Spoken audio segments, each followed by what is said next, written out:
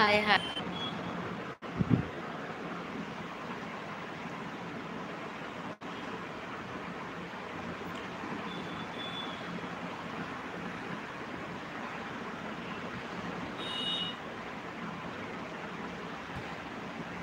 মনে হচ্ছে লাইভটা শুরু হয়ে গেছে, কিন্তু আমি যেহেতু কখনো ইউটিউব লাইভে আসিনি, ওর জন্য আমি বুঝতে পারছি না। তো যাই হোক, জানি কেউ হয়তো জয়েন করবে না সেইভাবে। তো পরে যদি কেউ দেখো আমার লাইভটা, তাহলে তাহলে হয়তো কারোর চোখে পড়তে পারে। তো আমি ওই প্রীতম, রিমি, দিশানি এদেরকে নিয়ে আমি কিছু বলতে এসেছি।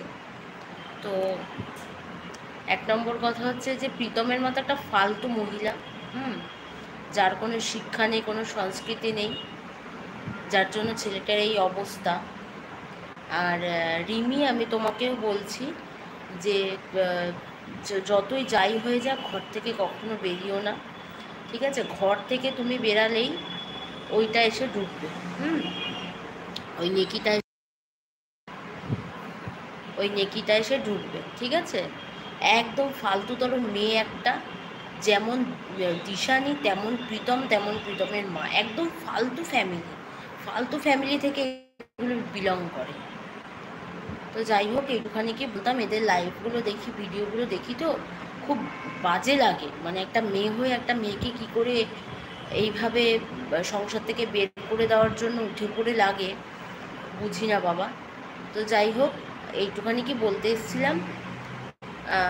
তোমরা যেই দেখে থাকো লাইভটা, কমেন্ট করো। পরে তো কমেন্ট করা যায় মনে হয় লাইভে, কারণ লাইভ তো আমি প্রথম করলাম, আমি বুঝতে পারছি না ব্যাপারটা।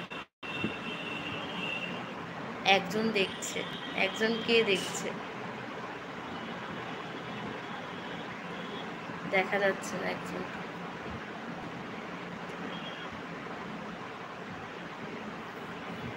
তো যাই হোক, এইটুখানি কি বলতে এসছিলাম। হ্যাঁ, তা চলো, টাটা, বাই বাই।